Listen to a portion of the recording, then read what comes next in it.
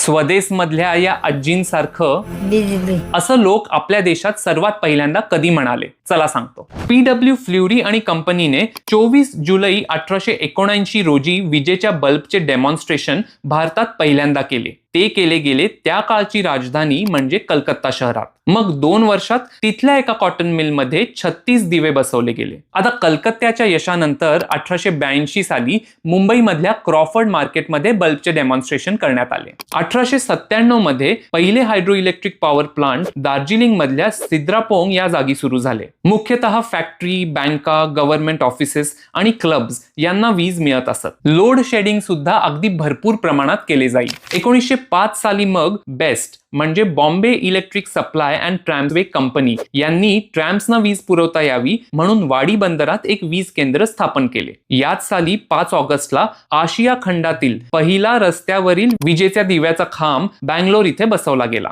पुढे जेव्हा विजेची लोकप्रियता वाढू लागली तेव्हा बऱ्याच वीज वितरण कंपन्या स्थापन झाल्या. तरी सुद्धा सामान्य लोकांपर्यंत वीज पोचायला अनेक वर्षे लागली.